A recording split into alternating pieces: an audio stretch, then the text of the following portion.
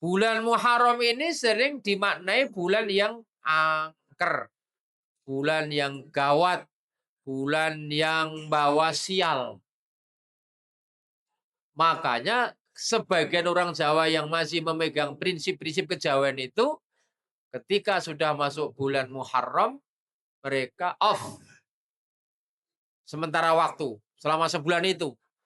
Tidak menikahkan anak, walaupun anak sudah pengen nikah, tidak berani menyunat anak, walaupun libur sekolah, kan libur sekolah ini.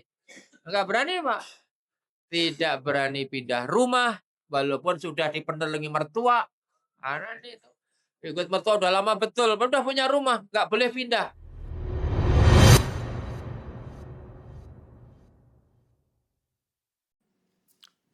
Sebagaimana yang sudah saya sampaikan, nah, yang di-share di flyer ya. Jadi kita masih ingin bicara seputar kunci kemenangan kaum muslimin. Nah, ini panitia yang sudah beres langsung ikut ngaji.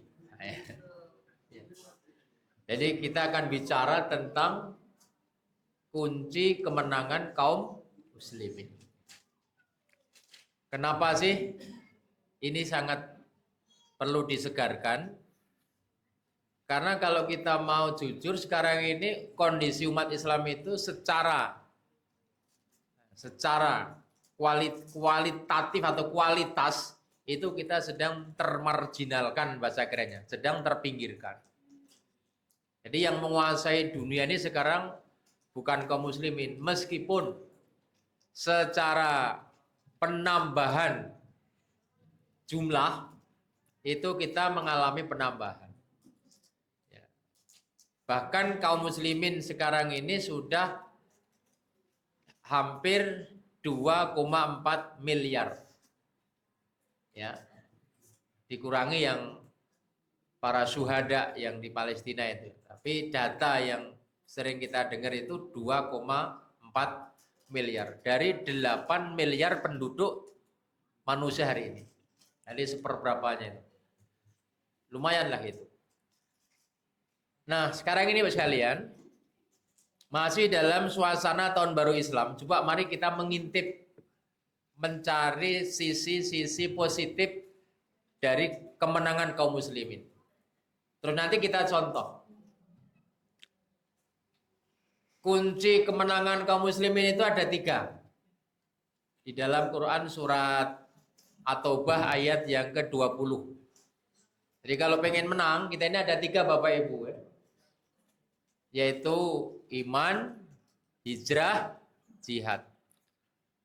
Alladzina amanu wahajaru wajahadu fi sabilillahi bi awalihim wa anfusihim a'dhamu darajatan 'indallah wa ulaika humul faizun. Quran surah 9 ayat 20. Orang-orang yang beriman, orang-orang yang berhijrah, dan orang-orang yang berjihad di jalan Allah dengan harta dan jiwa mereka, maka mereka akan mendapatkan kemuliaan yang agung. A'dhamu darajatan, derajat yang agung di sisi Allah. Derajat yang mulia. Dan mereka itu wa ulaika humul faizun. Dan mereka itu adalah yang bakal mendapatkan kemenangan. Jadi kita itu kalau ingin sukses itu nggak usah tanya ke dukun. Bedanya orang muslim kayak kita ini dengan orang musyrik itu dalam aspek informasi. Kalau orang muslim macam saya, ibu, bapak ini nggak usah nanya udah dikasih tahu. Tapi kalau orang-orang kafir, orang-orang musyrik itu untuk tahu sesuatu dia terpaksa bertanya kepada yang tidak layak ditanya. Paham? Ini loh maksud saya, Pak. Dulu waktu musim togel, ya, Ada orang itu bertanya kepada orang yang tidak pantas ditanya. Orang gila lewat ditanya, kan nggak pantas. Orang gila kok ditanya. Berarti kan yang tanya lebih gila kan gitu. Ada lagi bertanya kepada makhluk gaib, setan yang menjaga tempat yang dianggap keramat. Hanya untuk sebuah informasi tentang nomor. Itu orang musyrik, Pak. Orang kafir. Ya. Kan ingin bahagia itu dapat duit itu kan. Nah, kalau orang Islam macam kita itu nggak usah nanya, diberitahu, Pak. Tapi kita ini kadang-kadang udah dikasih tahu tetapi nggak mengerjain. Apa misalnya? Yang kita selalu diberitahu. Ya. Misalnya kalau Bapak Ibu kita semua ingin keluar dari berbagai masalah, maka supaya kita mengelola sholat dan sabar dan sholat. Wasta'inu bisobri was sholat. Udah dikasih tahu sama Allah.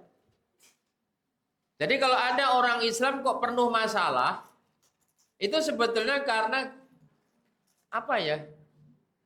Karena kurang mau menerima apa yang diarahkan Quran dan Sunnah. Ya. Kita pengen hatinya tenang, nggak usah ke dukun atau cari psikiater itu. Nyenengin psikiater itu, Pak, mahal bayarnya. Ya. Ternyata kita udah dikasih tahu, ala bidzikrillahi tatmainnul qulub. Kalau pengen hatimu tenang, banyak-banyak mengingat Allah. Kurang apa coba? Mau nanya apa sekarang Bapak Ibu sekalian? Gak usah nanya, udah dikasih tahu. Saya pengen Pak Ustadz dosa-dosa saya diampuni yang lewat dan yang akan datang. Udah dikasih tahu. Kalau dosa-dosa harian biar beres, jaga sholat 5 waktu. Kalau dosa tahunan biar terkikis, amalkan puasa sunnah. Coba kita dari bulan Syawal, kemudian Zulhijjah, sekarang bulan Muharram itu kan beritanya luar biasa. Yang pengen dosanya diampuni setahun yang lewat dan yang akan datang, puasa 6 hari di bulan Syawal. Yang pengen pahalanya atau dosa diampuni 1 tahun, puasa Arafah. Yang pengen puasanya di bawah puasa Ramadan, kebaikannya puasa Asyura dan Tasu'a. Gak usah nanya, Pak. Udah dikasih tahu gitu. Enak jadi orang Islam itu. Oh, sekarang persoalan hidup ini apa yang tidak dikasih tahu sama Allah sama Rasul. Tapi sekali lagi kita ini nggak marem kalau belum tanya kepada dukun. Iya. Ya, padahal Quran sudah memberikan informasi, Sunnah ngasih informasi itu, nggak usah tanya apa saja. Udah ada yang udah dikasih tahu kita. Bagaimana Pak Ustadz biar saya ini hidupnya awet muda? Gak usah ke Banten cari 7 sumur. Gimana caranya biar awet muda? Biasakan bangun sebelum subuh, mandi dan qiyamul lail. Udah ada jawabannya loh, Pak. Ya. Itu contoh-contoh. Nah, sekarang termasuk gak usah bertanya, udah ada informasi dari Al-Quran. Kalau umat ini ingin menang, ingin mendapatkan derajat yang agung, ingin faizun, Allah ngasih tahu, alladzina amanu wahajaru wajahadu fi sabilillah bi amwalihim wa anfusihim a'dhamu darajatan indallah wa ulaika humul faizun. Faiz itu pemenang, Pak. Orang-orang yang beriman, kemudian dia berhijrah, kemudian dia mau berjihad dengan harta dan jiwa. Jihad itu menuntut 2 aspek, harta dan jiwa. Lah mereka yang bakal mendapatkan kemenangan. Nah, udah dilakukan belum? Nah, kalau belum pantas kita belum menang. Nah, itu informasi dalam Al-Qur'an. Nanti di surah Al-Baqarah 218 banyak tersebarlah ayat-ayat tentang kunci-kunci kemenangan. Nah, sekarang kita kembali kepada 3 kunci tadi, Pak. Kita ngambil yang tengah-tengah saja. Masalah hijrah.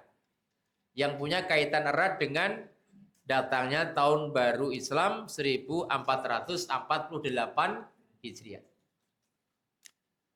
Orang Islam ini mestinya kan harus paham tentang keunggulan penanggalan Islam, kalender Hijriah. Mestinya harus paham. Ojo malah nggak paham. Dan ini persoalan juga hari ini umat Islam itu justru banyak yang tidak paham. Dikasih rumus kunci kesuksesan lewat tahun baru Islam namanya tahun baru Hijriah, nggak direspon. Tapi justru malah rame-rame membesar-besarkan tahun baru Miladiyah, Masehi. Ya sekarang respon psikologi umat Islam itu kalau menjelang tahun baru Islam dengan tahun baru Masehi itu lebih wah ya Masehi. Ya. Kita aja karena sering ngaji diingetin terus. Coba kalau kita nggak ngaji, ikut juga. Dari persiapan yang betul-betul tasyabuh sampai yang nyerempet-nyerempet Islam. Misalnya apa yang tasyabuh itu? Bakar petasan, bakar kembang api, apalagi? Ayub trompet, itu jelas-jelas tasyabuh. Tapi ada yang kemudian mengelabuinya dengan bakar ikan, bakar ayam, bakar ban. Ya. Mirip-mirip itu, Pak. Dan nggak ada manfaatnya. Nah sekarang coba kita melihat, kita uji. Apakah hijrah yang kemudian dijadikan awal penanggalan Islam itu memiliki keunggulan dibandingkan Miladiyah. Ini yang harus kita ungkap, saudaraku. Karena ternyata dari iman hijrah itu menempati kedua. Andaikan momentum hijrah itu tidak memberikan pesan positif, tentu dalam persidangan permusyawaratan yang dipimpin langsung Khalifah Umar bin Khattab, ide Ali bin Abi Thalib itu tidak diterima. Gagasan untuk membuat penanggalan Islam itu muncul dari Khalifah Umar bin Khattab, Khalifah keempat. Kedua. Pada tahun keempat beliau jadi khalifah, tahun 17 Hijriah 632 Miladiyah. Itu Umar bin Khattab. Ya, Umar itu orang Islam, pemimpin Islam yang memiliki kecemburuan. Apalagi ketika itu ekspansi umat Islam sudah semakin meluas. Bukan hanya di semenanjung Arabia, tapi sudah melompat hingga ke Andalus atau Spanyol yang sekarang, hingga ke daratan Cina. Umar mikir, masa umat Islam makin luas tapi kalendernya masih nebeng kalender orang kafir. Nah, gengsi Umar itu muncul, Pak. Kemudian dilontarkan kepada sahabat, bagaimana kita bisa bikin kalender Islam, dan semuanya setuju. Problematikanya, setarnya dari mana kita bikin kalender. Disitulah muncul berbagai macam pandangan, ada yang mengusulkan dimulai saja dari kelahiran Rasulullah. Ada yang usul dimulai dari turunnya ayat pertama surat Al-Quran. Ada yang usul dimulai dari peristiwa Isra wal Mi'raj Rasulullah, karena di sana ada perintah sholat. Ada lagi yang usul bagaimana kalau dimulai dari peristiwa wafatnya Rasulullah. Semua usul-usul itu dalam pandangan Umar tidak memiliki pesan spirit, nilai kejuangan. Bahkan kalau hanya menggunakan tanggal kelahiran Nabi, apa bedanya dengan kalender Miladiyah? Umar belum bisa. Belum serp di hatinya.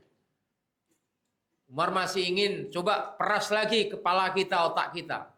Cari ide yang kira-kira ini bisa berguna untuk melecut semangat kaum muslimin hari ini dan yang akan datang.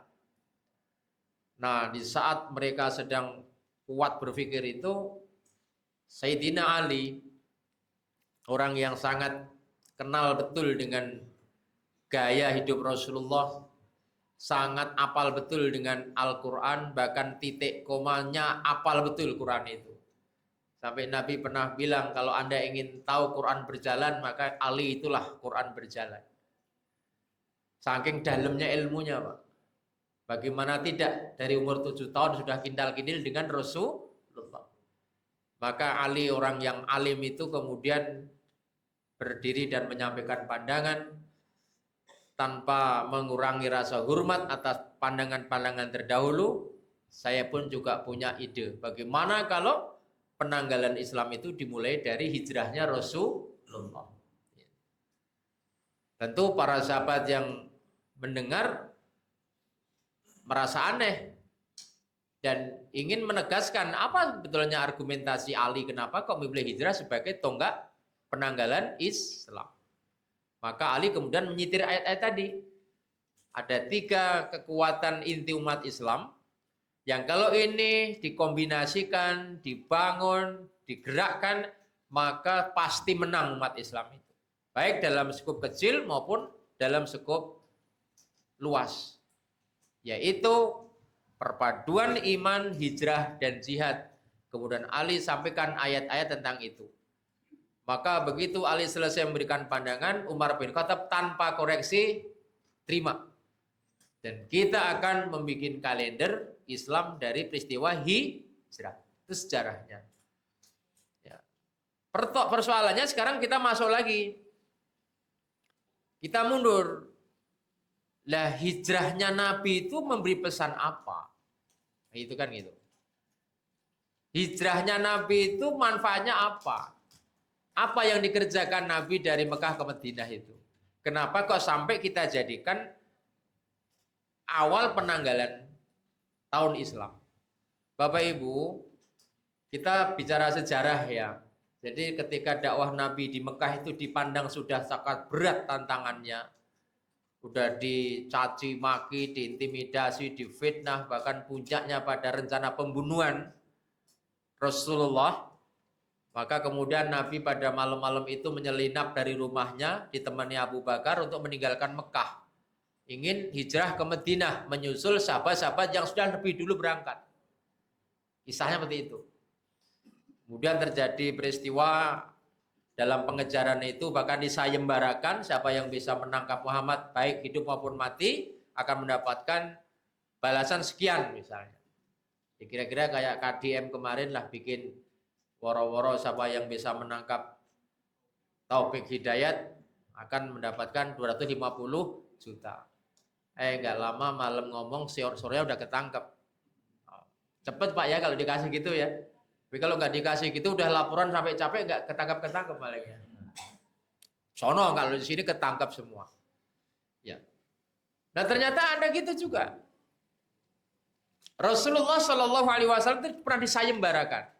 Siapa yang bisa menangkap atau membunuh Muhammad hidup atau mati akan mendapatkan sekian dan sekian.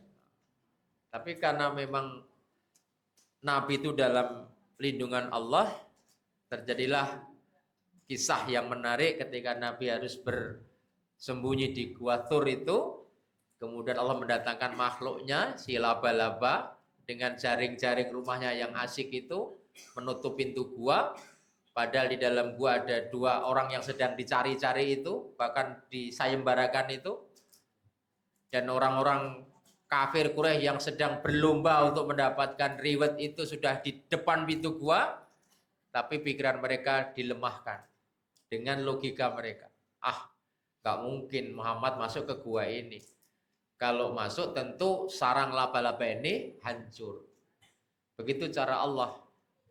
Turun ayat wa makaru wa makarallah wallahu khairul makirin. Kalian bikin tipu daya, Allah juga bikin tipu daya. Dan tipu daya Allah itu yang paling top. Berapa kali disebut dalam Al-Quran itu? wa makaru wa makarallah wallahu khairul makirin. Maka jangan coba-coba bapak-bapak, ibu-ibu bikin tipu daya. Ya. Walaupun kayak apa, kalau namanya bohong akan terbongkar nanti. Nah, misalnya bohong apa saja ya, entah bohong nggak bayar utang, bohong ijazah, semua akan terbongkar. Misalnya itu. Allah itu punya tipu daya hebat, Pak. Kita jangan karena merasa punya kekuasaan, duit, tipu daya. Jangan. Kurang ngomong begitu Quran. Saya lanjutkan. Maka begitu dipandang sudah aman, baginda Nabi dan Abu Bakar melanjutkan ke arah Yathrib. Dulu belum Madinah namanya, Pak. Yathrib. Pada hari Senin, tanggal 8 Rabiul Awal, tahun pertama Hijrah, Nabi masuk ke satu area daerah namanya Kuba. Kuba. Itu pada hari Senin, tanggal 8 Rabiul Awal. Kalau miladiahnya 20 September 622 miladiah. Di kampung Kuba itu Nabi mendirikan masjid, dan itu menjadi catatan sejarah masjid yang pertama namanya Masjid Kuba. Setelah selesai bangun masjid, selang 5 hari, yaitu hari Jumat tanggal 14 Rabiul Awal, Senin, Selasa, Rabu, Kamis, Jumat, berarti 5 hari, Nabi bergeser dari Kuba kira-kira 10 km ke Yathrib, yang sekarang namanya Madinah. Mendirikan Masjid Nabawi, yang kemarin Pak Haji Mustafa baru saja ziarah ke sana. Baunya masih bau Arab betul, Pak. Mudah-mudahan mabrur, Pak ya. Amin. Tanggal berapa tadi? 12 Rabiul Awal mendirikan masjid. Sekarang kalau kita tarik dalam sebuah kesimpulan, Nabi hijrah itu mula-mula yang dipikirkan adalah membangun terminal jiwa kaum muslimin. Terminal itu kan tempat kumpul toh, Pak. Terminal itu kan titik temunya kekuatan. Terminal. Terminal bis, titik pertemuannya bis. Ternyata kita ini juga harus punya terminal, Bapak Ibu. Kaum muslimin itu terminalnya namanya masjid. Jadi kalau ada orang Islam nggak pernah ke masjid, itu artinya dia tidak pernah mengistirahatkan jiwanya. Dia tidak pernah ngetem dia. Dan ini cerdasnya Rasulullah. Kok cerdas? Inilah hebatnya Rasulullah. Pertama-tama yang dibangun bukan perkantoran, bukan rumah dinas, bukan pasar, bukan koperasi merah hijau, tapi yang dibangun adalah masjid. Masjid. Itu poin pertama. PR yang kedua, setelah dipandang masjid ini dengan ala kadar waktu itu ya, hanya dengan pelepah kurma, pokoknya penting jadi masjid. Yang penting orang-orang para sahabat itu bisa menyambungkan, bisa ketemu di terminal itu. Baik orang-orang penduduk asli di Yathrib itu maupun yang datang dari Mekah. Apa langkah kedua Bapak sekalian? Setelah Nabi melihat kaum muslimin mulai kumpul bareng-bareng di masjid, ini hebat betul Nabi. Nabi mulai mendekatkan kekuatan tali persaudaraan antara orang-orang yang datang dari Mekah namanya kaum Muhajirin dengan orang-orang penduduk asli Madinah namanya kaum Ansor. Mereka diikat dalam tali ukhuwah Islamiyah. Padahal Bapak Ibu kalau kita membaca sejarah tipologi orang Mekah dengan Madinah itu ya beda. Orang Mekah itu temperamennya keras. Profesinya mayoritas pedagang. Kemudian orang Madinah itu temperamennya lemah lembut. Profesinya mayoritas petani. Kan kayaknya sulit ditemukan nih, tapi Nabi bisa menemukan. Sampai dua komunitas yang selama ini belum pernah kenal itu, mereka tiba-tiba seolah-olah lebih daripada saudara kandung. Kedekatannya itu, emosionalnya itu. Sehingga ketika orang Ansor bertanya kepada orang Muhajirin, "Hai saudaraku, antum datang sampai ke Madinah ini membawa harta apa?" Kata orang Muhajirin, "Wahai saudaraku, boro-boro bawa harta. Hartaku masih ditinggal di Mekah. Bahkan aku kesini pun hanya apa yang aku pakai." Apa kata orang Madinah? "Tenang saja. Aku punya bersetel-setel pakaian. Punya beberapa jubah.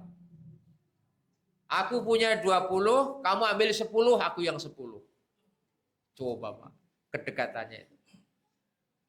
Terus berapa onta yang kamu bawa? Boro-boro bawa onta. Tenang aja, aku punya 16 ekor onta, kamu 8, aku 8. Orang baru kenal itu. Beda kultur. Terus kamu bawa istri enggak? Semuanya masih tertinggal di sana. Tenang saja, aku punya 12. Aku 6, kamu 6. Istri saja dibagi. Sebab dulu belum ada pembatasan istri lebih dari 4. Masih suka-suka lah. Baru nanti dibatasi maksimal 4. Kalau enggak adil 1 saja. Itu. Coba Pak, hal-hal yang sangat privasi itu sampai diberikan coba. Saking begitu akrabnya.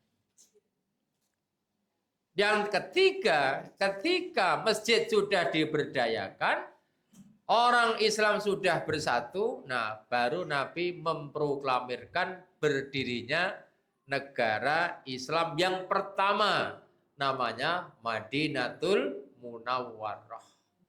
Yang sampai sekarang masih bisa kita lihat maslahahnya itu.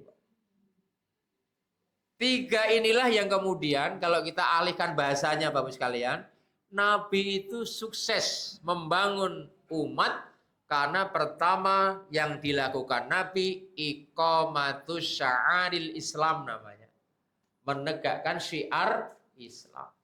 Dengan cara apa? Dengan memberdayakan masjid. Jadi kalau umat Islam hari ini, entah yang di Kalianda, entah yang di Panjang, entah yang di tempat mana saja, ingin mendapatkan faiz kemenangan, kita pastikan menghadirkan kembali peran masjid dalam kehidupan umat. Itu warisan hijrah, Pak. Itulah memperingati tahun baru Islam. Maka nggak perlu bakar nggak ada korelasinya itu. Tahun baru kok bakar petasan, nggak nyambung Pak. Tahun baru itu refleksi, muhasabah. Meneliti apa hebatnya, apa keunggulannya Nabi sampai bisa bikin negara Madinah. Oh, Nabi itu ternyata mempersiapkan manusianya dulu digembleng di satu tempat namanya masjid. Jadi saya mohon Bapak Ibu memakmurkan masjid kita ini bukan karena ada door prize lah ya. Tapi betul-betul ini tanggung jawab kita karena kita ingin maju. Serius Pak. Terutama bapak-bapak ini. Anak muda. Sekarang ini kan masjid itu banyak nelongsonya daripada nggak nelongsonya. Nah saya ini kan ya mungkin orang yang pejalan keliling suka rihlah saya ini ya. Kadang ngaji di Lampung Timur, kadang ke Tanggamus. Ya namanya dakwah. Saya bukan menjelek-jelekannya, tapi ini sebuah fakta yang mengerikan. Ketika ada sebuah tempat di situ orang senang betul membangun masjid, bukan sekedar masjid yang betul-betul gagah, arsitekturnya juga menawan, indah, ya. Tapi begitu sudah jadi bangunan itu, jamaahnya nggak ada. Saya sering kecelek itu Pak. Saya bayangkan kalau masjid begitu itu, begitu mampir itu jamaahnya paling apes itu 3 saf itu. Dan ini 5. 5 itu yang punya tuan rumahnya 2. Ditambah saya sama istri 2, ada tukang cilok mampir 1, 5. Gimana itu? Ya. Nah, karena itu kita coba masjid-masjid kita mulai kerahkan. Dari sini, Pak. Dan ini kalau nggak segera diingatkan, bahaya ini. Sekarang persentase yang muda dengan yang tua banyak mana setiap pengajian? Masjid kita semuanya tuh tua. Masjid tua walaupun baru selesai dibangun. Kok gitu, Pak? Karena yang menghadiri masjid itu orang-orang yang sudah tua. Yang tinggal nunggu isyarat pencet malaikat. Nggak usah, jangan diterusin. Malaikat Malik dikasih apa, malaikat ya, apa itu? Ya, situlah. Mana yang muda? Jadi kalau Anda saya lihat beberapa anak muda itu Anda asing ya, anak muda kok ke masjid, nggak keren. Anak muda kok ke masjid. Yo, PR. Jadi ini Pak, monggo. Bagaimana untuk membuat masjid kita standar, Bapak Ibu? Perhatikan ya. Bagaimana biar dikatakan masjid kita standar? Biar masjid kita standar, maka pastikan ada 3 ini. Ada 3. 1, masjid harus menjadi tempat pematangan spiritual. Lewat sholat 5 waktu. Spiritual kita harus ada di masjid. Masjid harus menjadi sentral pengembangan intelektual.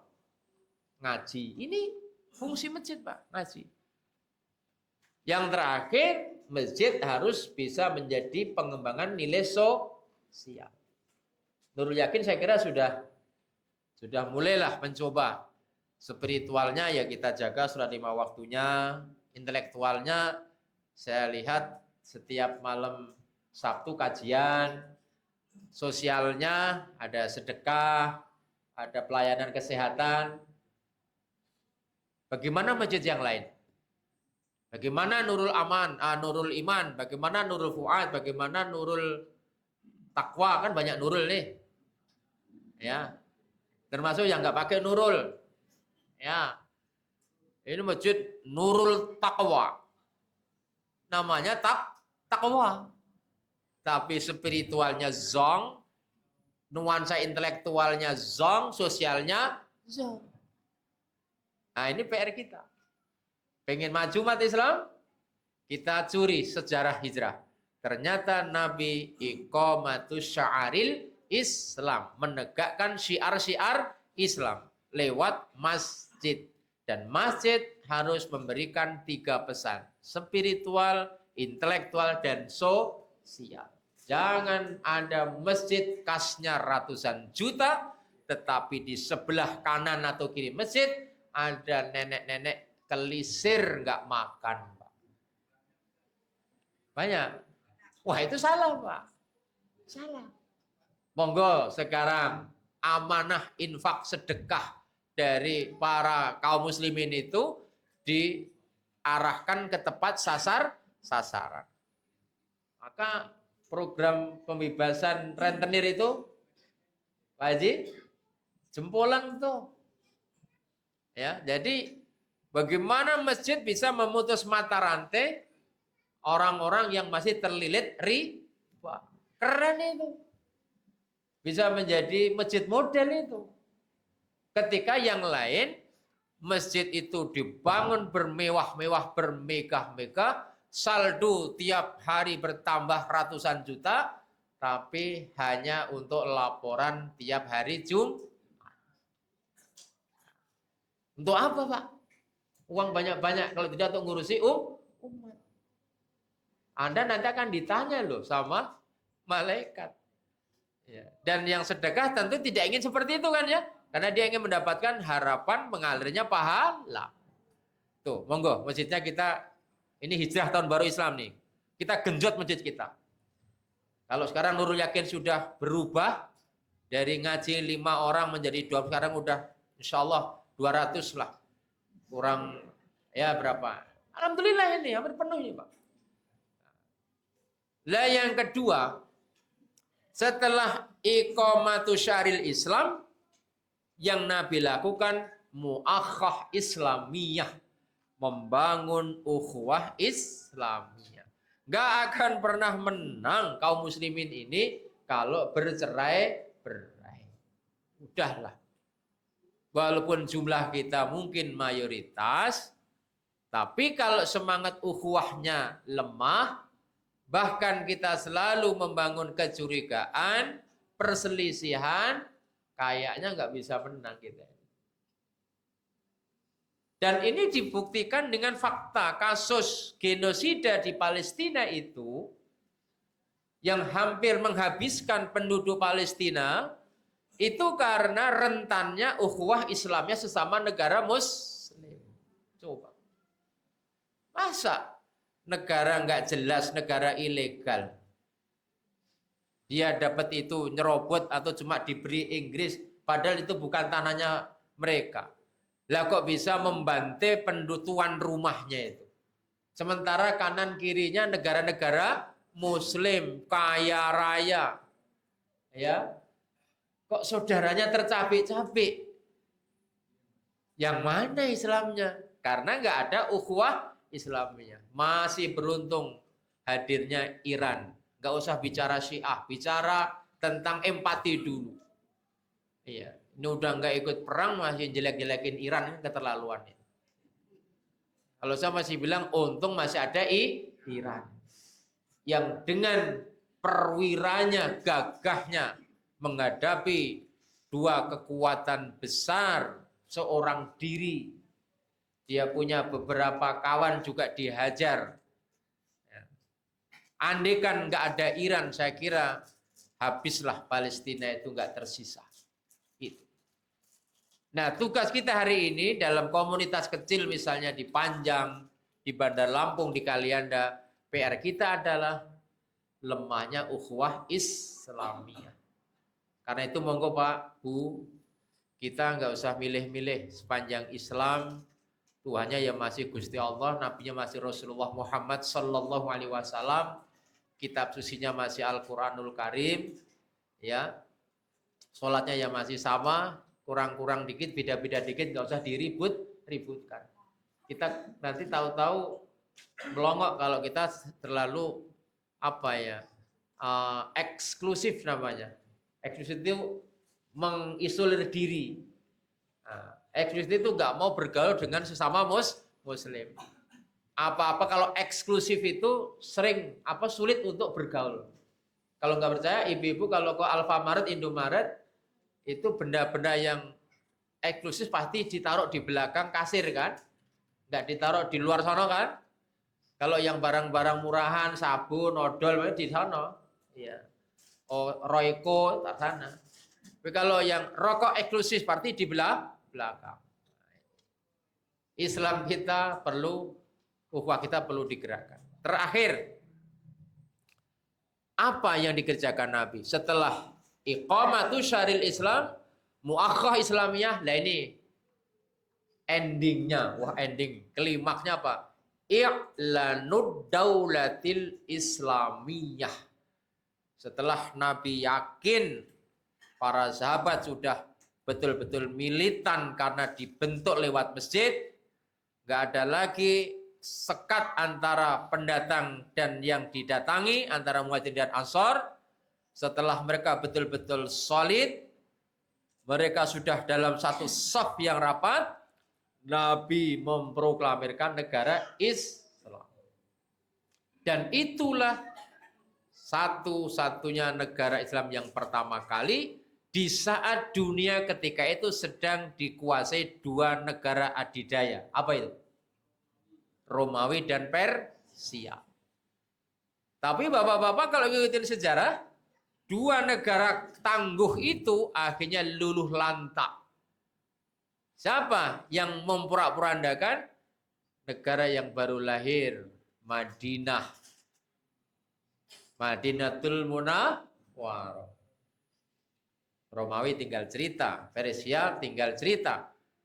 Sampai terjadinya perang-perang hebat, perang Yarmuk, ya, yang melibatkan pasukan yang sangat besar di pihak lawan. Kaum muslimin selalu berada dalam hitungan sedikit, tetapi selalu memenangkan pertempuran. Itulah efek daripada pembentukan spiritual lewat masjid. Sedih Bapak Ibu hari ini kita ini.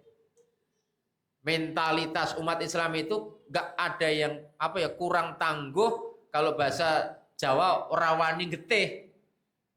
Kenapa? Penempaannya di masjid itu gagal.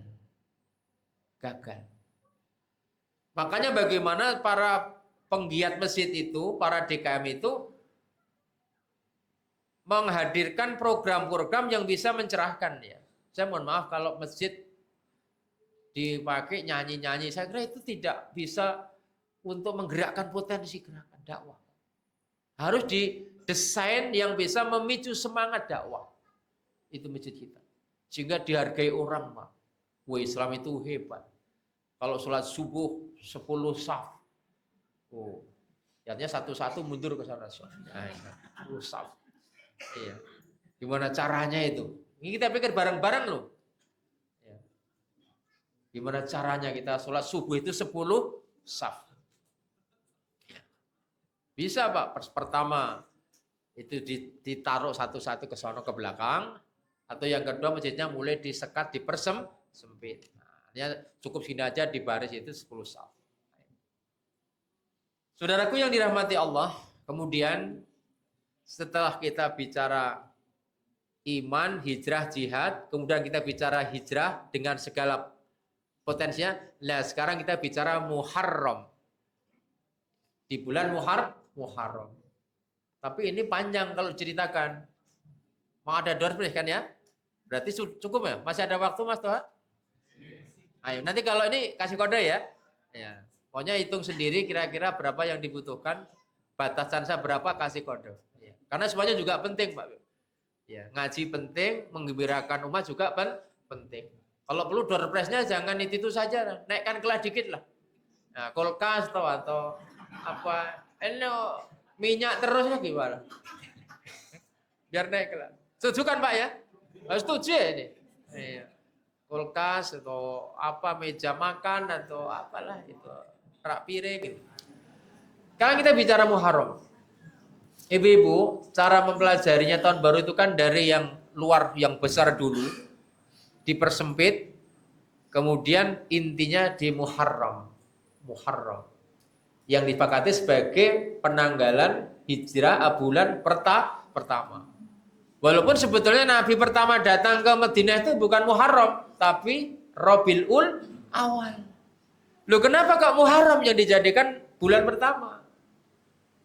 Disinilah pentingnya kaum muslimin punya paham yang benar. Kita ini gimana mau maju ya umat Islam ini, sementara memahami makna Muharram saja masih jungkir balik. Muharram yang merupakan nilai inti dari sebuah perjuangan itu masih disalah artikan. Misal sebagian orang Jawa, sebagian ya, tapi saya enggak termasuk, yang masih punya pemahaman kejawen. Bulan Muharram ini sering dimaknai bulan yang angker, bulan yang gawat, bulan yang bawa sial. Makanya sebagian orang Jawa yang masih memegang prinsip-prinsip kejawen itu, ketika sudah masuk bulan Muharram, mereka off sementara waktu, selama sebulan itu tidak menikahkan anak, walaupun anak sudah pengen nikah, tidak berani menyunat anak walaupun libur sekolah, kan libur sekolah ini enggak berani Pak. Tidak berani pindah rumah walaupun sudah dipenelengi mertua. Anak itu ikut mertua udah lama betul, udah punya rumah, enggak boleh pindah. Tunggu setelah Muharram selesai, setelah surah selesai. Kan salah ya. Muharram itu kalau kita merujuk kepada Quran surat 9 ayat 36, ini bulan jempolan, Pak. Inna iddatas syuhuri indallahi 12 syahran fi kitabillah. Yauma khalaqas samawati wal ard minha arba'atun hurum. Sesungguhnya bilangan bulan-bulan di sisi Allah itu ada 12 bulan. Sebagaimana yang telah ditetapkan oleh Allah saat Allah menciptakan langit dan bumi. 12 bulan itu keren Bapak Ibu sekalian. Bukan reka-reka manusia. Allah punya kerja itu. Bahkan sebelum manusia hadir itu sudah diciptakan bulan-bulan itu. Dari 12 bulan itu minha arba'atun hurum. Ada 4 bulan yang diharamkan. Mungkin gara-gara kata haram inilah orang Jawa nggak berani neko-neko. Nggak berani menikahkan, nggak berani nyunat, nggak berani pindah rumah. Mungkin gara-gara kata haram.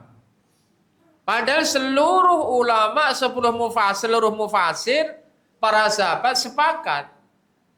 Kata haram itu maknanya kan satu, memang betul-betul diharamkan. Khusus apa? Nggak boleh peperangan. Kecuali kalian diperangi. 4 bulan itu nggak boleh perang, Pak. 4 bulan itu kan yang diharamkan kan kalau mau diurut ya, dari Zulqaidah, Zulhijjah, Muharram, Rajab. Ya. 3 bulan yang berurutan, 1 bulan yang terpisah. Yang berurutan bulan 9, bulan 12, bulan 1 atau jadi bulan 11 Zulqaidah, Zulhijjah, Muharram. Lompat bulan ke-7 Rajab. Itu yang nggak boleh perang. Tapi kalau diperangi jangan diem saja, dibalas. Makanya Iran juga balas, loh dibom masuk nggak balas. Kan gitu. Itu yang diharamkan. Yang kedua adalah diharamkan berbuat maksiat. Sebab ketika melakukan perbuatan maksiat dilipat gandakan balasan dosanya. Dan sekarang saya tanya, kalau anak pengen nikah, pernikahan itu maksiat bukan? Bukan kan? Kalau anak punya anak laki memang udah berani sunat dan kebetulan harinya hari pada libur, minta sunat. Sunatan itu maksiat atau ibadah? Ibadah, karena ada dalil khamsun minal fitrah. Al-istidad wal fitan wa qasusarib wa natful ibti wa taqlimul atfan. 5 amalan, 5 perbuatan yang termasuk sunah agama. 1 sunat, 2 mencukur bulu kemaluan, 3 memendekkan kumis, 4 mencabut bulu ketiak, 5 memendekkan kuku. Itu 5 Bu, Pak. Berarti sunat termasuk perbuatan sunah agama. Kok enggak berani? Nah gitu. Pindah rumah itu termasuk perbuatan maksiat atau maslahat? Maslahat. Bagaimana enggak dari nebeng mertua, sering disindir-sindir kan enggak enak. Pindah rumah sendiri biar istrinya bisa lebih nyaman. Itu kan kebaikan. Kok ditunda gara-gara ketemu bulan Suro. Nah itu salah pahamnya.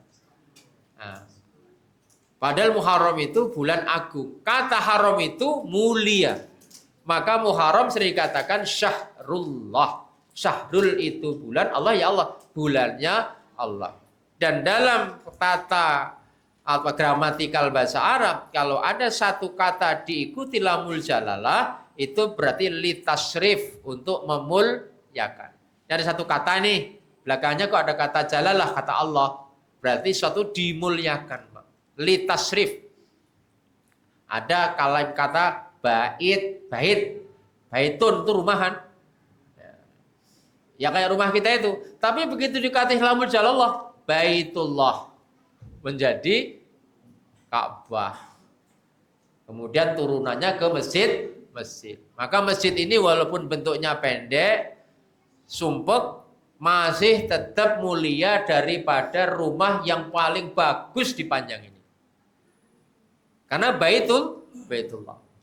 Ada lagi tentara nih, jundun.